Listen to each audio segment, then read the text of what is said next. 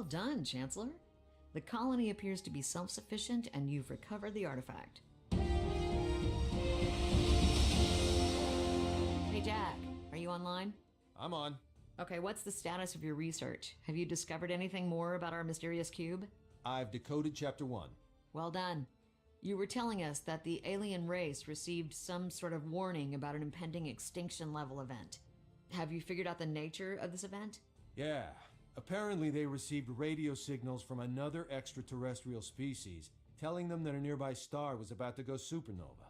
And the radiation from that was going to wipe out all life on the planet in just 10 years. Ouch. Well, I guess that explains why they're not here anymore. Look at the bright side.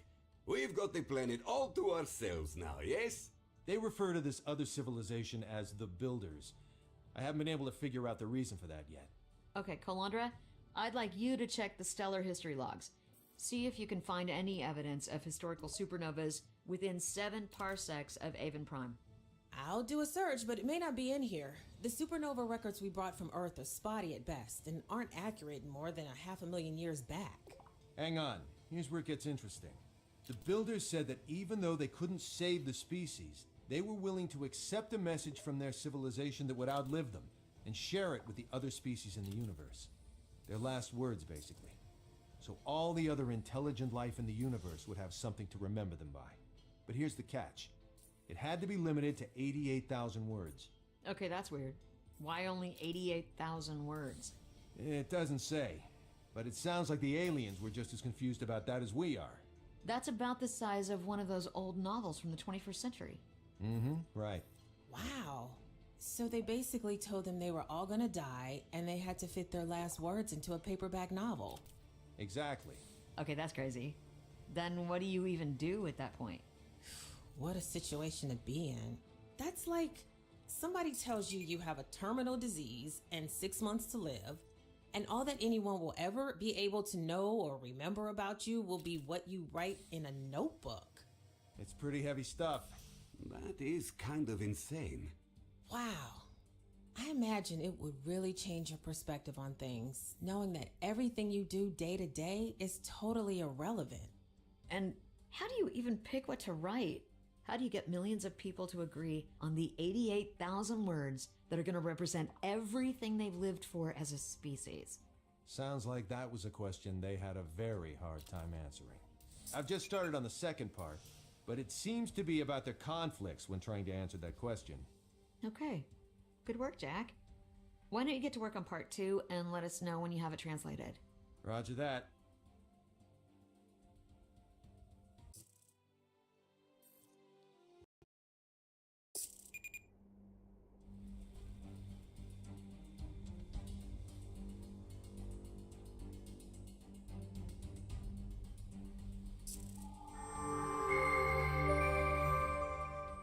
I've been informed that you were promoted to commander. Congratulations! The colony here at Tenari Glacier is having a lot of problems, but don't worry, all right? I put together a plan and I'll help guide you through it.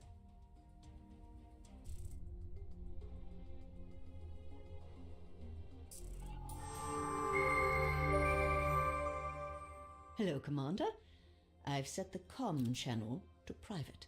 During the mission to Azara Falls, I spoke with you regarding the security issue on the colony ship. I wanted to briefly update you on the situation. The unusual behavior has continued, and we're more convinced than ever that there's an infiltrator. We've seen several secure locations accessed without authorization, and the infiltrator has an uncanny ability to avoid our security scanners.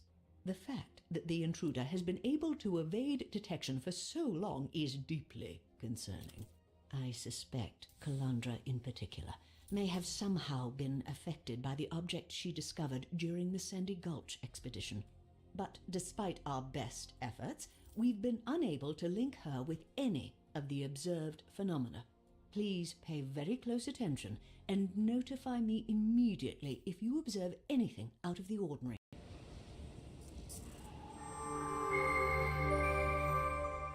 Jack, what's the status of the R&D effort? Making progress translating the cube? I've had to put the cube analysis on hold for the time being. Right now I'm directing the scanners to analyze the object the governor recovered from Hyla's Crescent. Any conclusions? Yes, in fact. The object seems to be incredibly powerful and represents the peak of the scientific achievement of the species that used to live on this planet. We're still trying to figure out exactly what it does. But it seems like once we learn how to activate it, it will unleash effects on a quantum scale that actually alter the consciousness of our colonists. That sounds dangerous. I don't think so, actually. From what I'm seeing, it actually generates a state of contentment. So, it's like Buddhist enlightenment at the touch of a button. Yeah, that's a good way of putting it. Seriously? Alien mind control? I'm not so sure about that. The only way to know for sure is to try it. And how would aliens possibly know about human physiology? I'm more concerned about side effects. What if he turns everyone into a jackass? I'd hope not. One of you is more than enough. Oh, I am the jackass now, huh? I'm not the one who sends pictures of my butt to the entire colony ship. Back off, boys. Jack, can you give us an estimate on the research effort? I'd say 48 hours until we can fully reverse engineer the activation system. Roger that. Keep us posted. I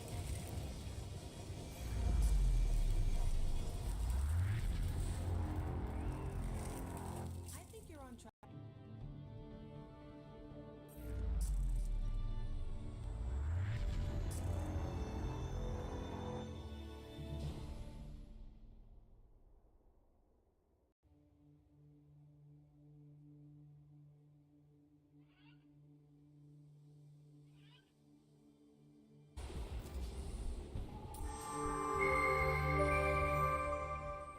Hey, Jack. I've looped in the commander on the comm channel. So, what's the status of your analysis of the cube? Making progress. I've decoded what seems to be Chapter 2. Chapter 2, huh? How many chapters are in this thing? I'm not sure. I think there were at least 20. Okay. If I recall correctly, you told us that the alien race that used to live on Aven Prime got a warning that they were about to go extinct. Right. Supernova coming, and you've got 10 years to write your last will and testament before you all die from the radiation. In 88,000 words or less. Yeah, they called it the final words. So, what I'm seeing in Chapter 2 is, they went a little nuts. A whole lot of wars started. Okay, that's ugly. You'd think they'd want to live out their last few years in peace. Well, look at it from their perspective.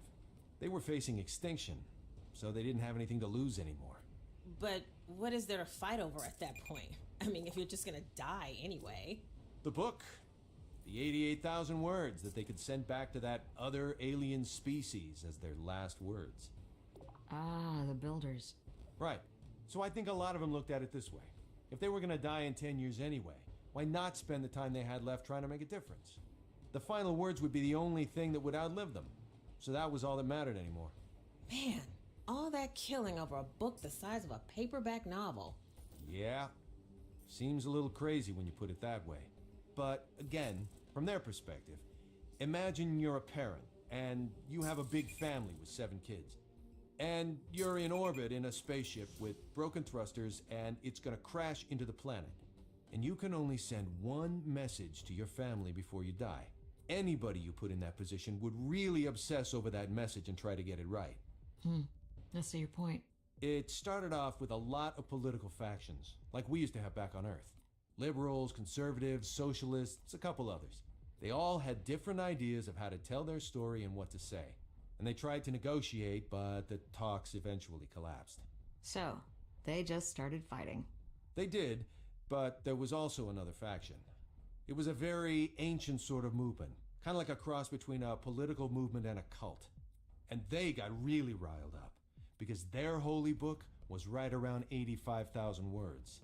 And they were a smaller faction than the others, but they were a lot more violent. They were convinced that because the size was within 3,000 words, that was a sign from their crazy octopus god that they should use their own holy book as the final words, plus 3,000 more words on the history of their cult. And they were willing to kill as many people as they needed to make that happen. What? No. So, they started a war, and they killed about 1 million people in the process. Holy... Did they win? I'm not sure yet. Still translating. That's great work, Jack. Keep us updated on all the progress.